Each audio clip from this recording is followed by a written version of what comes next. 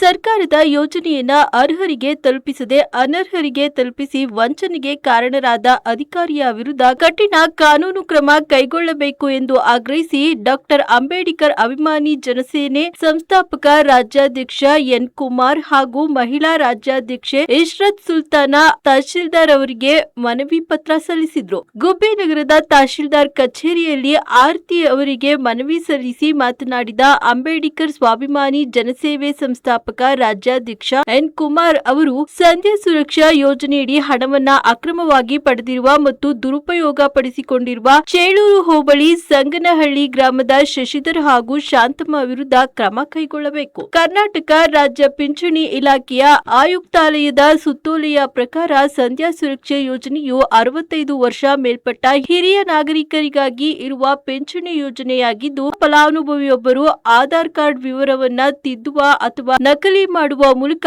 ಸಂಧ್ಯಾ ಸುರಕ್ಷಾ ಯೋಜನೆಯ ಹಣವನ್ನ ಮೋಸದಿಂದ ಮತ್ತು ಅಕ್ರಮದಿಂದ ಪಡೆದಿದ್ದಾರೆ. ಸಂಗನಹಳ್ಳಿ ಗ್ರಾಮದ ಶಾಂತಮ್ಮ ಎಂಬ ಫಲಾನುಭವಿಯು ತನ್ನ ವಯಸ್ಸನ್ನ 1966ರಿಂದ 1959ಕ್ಕೆ ಬದಲಾಯಿಸುವ ಜೊತೆಗೆ ಶಾಲಾ ದಾಖಲಾತಿಯಲ್ಲಿ 1966ರ ಮೂಲಕ ವಯಸ್ಸಿನ ಬಗ್ಗೆ ಸುಳ್ಳು ಮಾಹಿತಿ ನೀಡಿದ್ದಾರೆ. ಚೇಳೂರು ರೆವಿನ್ಯೂ ಸೆಕ್ರೆಟರಿಯವರೊಂದಿಗೆ ಶಾಮೀಲಾಗಿ ಪಿಂಚಣಿ ಪಡೆಯುವಲ್ಲಿ ಮೋಸ ಎಸಗಲಾಗಿದೆ ಎಂಬ ಆರೋಪವನ್ನ ಸೂಕ್ತ ದಾಖಲಾತಿಯೊಂದಿಗೆ ಆರೋಪಿಸಿ ಶಾಂತಮ್ಮ ಎಂಬ ಮಹಿಳೆಯು 2024ರಿಂದ ಜಾರಿಗೆ ಬರುವಂತಹ ಸಂಧ್ಯಾ ಸುರಕ್ಷಾ ಯೋಜನೆಯ ಪ್ರಯೋಜನವನ್ನ ಪಡೆಯುತ್ತಿದ್ದು, ಈ ಯೋಜನೆಯ ನಿಯಮಾವಳಿಗಳ ಉಲ್ಲಂಘನೆಯಾಗಿದೆ.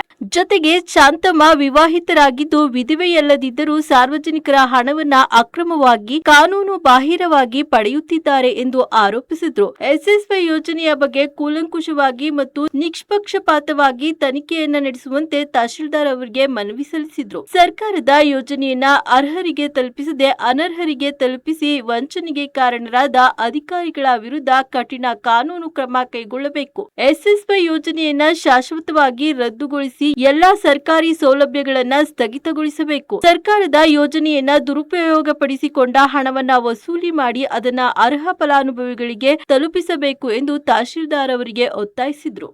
ನಾವು ಕೊಟ್ಟಿರ್ತಕ್ಕಂಥ ಅರ್ಜಿ ಮೇಲೆ FIR ಅನ್ನು ದಾಖಲು ಮಾಡಿ ಅವ್ರಿಗೆ ಕಾನೂನು ರೀತಿಯಲ್ಲಿ ಶಿಕ್ಷೆ ಕೊಡಿಸ್ಬೇಕಂತ ಹೇಳಿ ನಾವು ಈ ಮೂಲಕ ಮನವಿ ಮಾಡ್ಕೊತಾ ಇದ್ದೀವಿ. ಬಂಧುಗಳೇ, ಜೈ ಭೀಮ್, ಜೈ ಅಂಬೇಡ್ಕರ್. ನಮಸ್ತೆ ಎಲ್ರಿಗೂ. ಇವತ್ತು ಸಂಧ್ಯಾ ಸುರಕ್ಷಾ ಯೋಜನೆ ಇರೋದು ಸರ್ಕಾರದ ಯಾರ್ಯಾರು ಬಡಬಗ್ರಿರ್ತಾರೆ ಅವ್ರಿಗೆ ಸಂಧ್ಯಾ ಸುರಕ್ಷಾ ಯೋಜನೆ ಇರೋದು. ನಾರ್ಮಲಿ 65 ವರ್ಷ ಇರೋದು ಸಂಧ್ಯಾ ಸುರಕ್ಷಾ ಯೋಜನೆಯಲ್ಲಿ ಪೆನ್ಷನ್ ತಗೋಬೇಕು ಅಂತ ಇರೋದು ಸರ್ಕಾರದಲ್ಲಿ.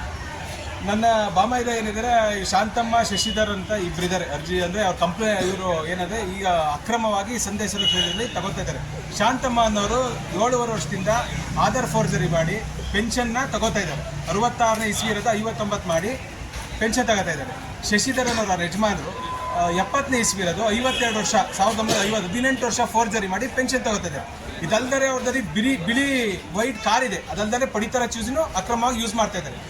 ಬಡಬಗ್ರಿಗೆ ಹೋಗೋಂಥ ಸೌಲಭ್ಯನ ಇವರು ಅಕ್ರಮವಾಗಿ ತಗೊಂಡು ಅಲ್ಲಿನ ಲೋಕಲ್ಗೆಲ್ಲ ಎದುರಿಸಿ ಮಾಡಿ ಇದು ಮಾಡ್ತಿರೋದ್ರಿಂದ ನಾವೇನು ಮಾಡ್ತೀವಿ, ಇಂದು ಸಂಘ ಸಂಸ್ಥೆಗಳು ನಮ್ಮ ಸಾಹೇಬರು ಮೇಡಮ್ ಎಲ್ಲರೂ ಬಂದುಬಿಟ್ಟು ತಹಶೀಲ್ದಾರ್ಗೆ ದೂರು ನೀಡಿ ಈ ಬಗ್ಗೆ ಸೂಕ್ತ ಕ್ರಮ ತಗೋಬೇಕು. ಯಾಕೆಂದರೆ ಕಾನೂನಿನಲ್ಲಿ ಒಳ್ಳೆದಕ್ಕೆ ಮಾತ್ರ ಅವಕಾಶ, ಈ ಥರ ಕೆಟ್ಟದಕ್ಕೆ ಅವಕಾಶ ಇಲ್ಲ ಅಂತ ಹೇಳಿ ಮೇಡಮ್ ಭಾರತಿ ಮೇಡಮ್ನ ಮೀಟಾಗಿ ಖುದ್ದು ಅರ್ಜಿನ ಅವ್ರಿಗೆ ಕೊಟ್ಟು ಇವತ್ತು ಒಂದು ನಮ್ಮ ಅಪ್ರೇಷನ್ ಅವರು ಅರ್ಜಿದಾರರಾಗಿ ಅರ್ಜಿ ಕೊಟ್ಟು ಮೇಡಮ್ ಎಲ್ಲ ಸಹಕಾರ ಮಾಡಿ ಹಲವಾರು ಈ ಥರ ಒಂದು ಒಳ್ಳೆ ಯೋಜನೆಗಳಿಗೆ ಮೇಡಮ್ ಕೈ ಜೋಡಿಸಿದ್ದಾರೆ. ಇವತ್ತು ಅವರೆಲ್ಲ ಬಂದಿದ್ದು ನಮ್ಗೆ ತುಂಬ ಸಂತೋಷ ಆಗಿದೆ.